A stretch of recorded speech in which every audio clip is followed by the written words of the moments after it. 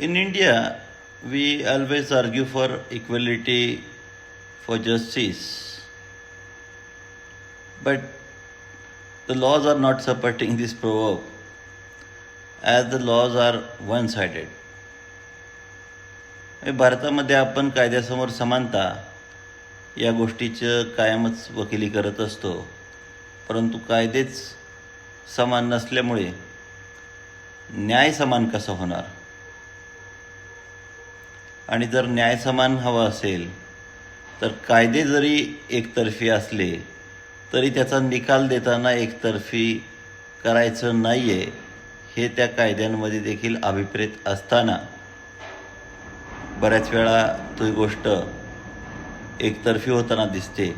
परंतु यासाठी आपण प्रयत्न न सोडता आपले पुरावे मात्र तांत्रिक बाजू भक्कम करून कोर्टात दिलेच पाहिजेत.